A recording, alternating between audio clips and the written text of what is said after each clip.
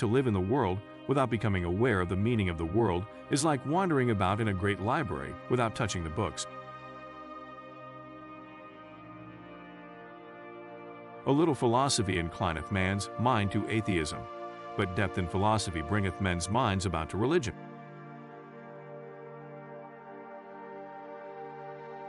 In order to make simple the great truths of nature and the abstract principles of natural law, the vital forces of the universe were personified, becoming the gods and goddesses of the ancient mythologies.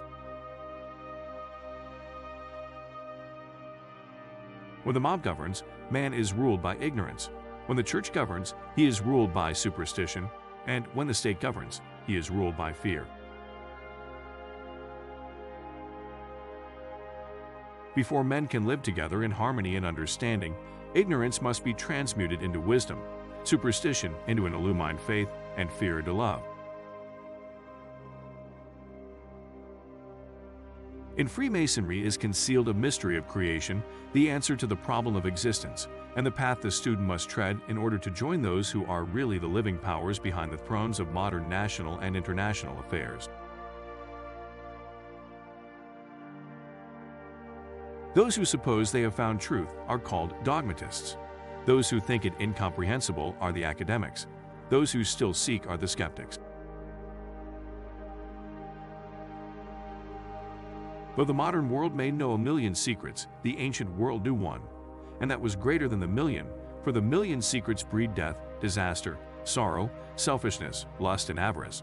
But the one secret confers life, light, and truth. It was apparent that materialism was in complete control of the economic structure, the final objective of which was for the individual to become part of a system providing an economic security at the expense of the human soul, mind, and body. It is not by destroying the lower nature that man becomes virtuous.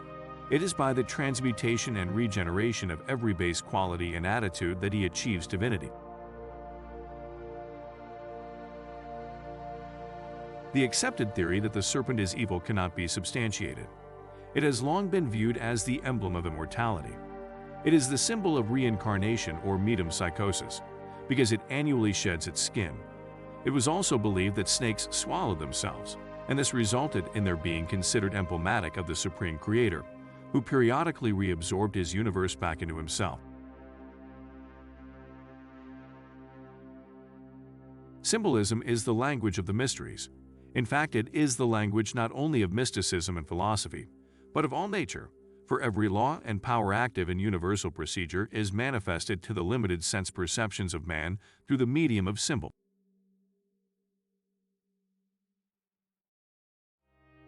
In a single figure, a symbol may both reveal and conceal, for to the wise the subject of the symbol is obvious, while to the ignorant the figure remains inscrutable. We were told the 20th century was the most progressive that the world has ever known, but unfortunately the progression was in the direction of self-destruction. The great materialistic progress, which we have venerated for so long, is on the verge of bankruptcy. We can no longer believe that we are born into this world to accumulate wealth and abandon ourselves to mortal pleasures.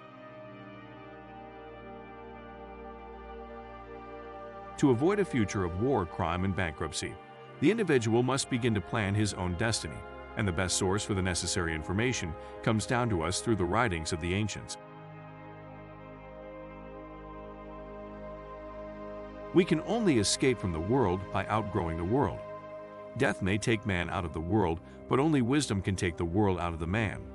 As long as the human being is obsessed by worldliness, he will suffer from the karmic consequences of false allegiances.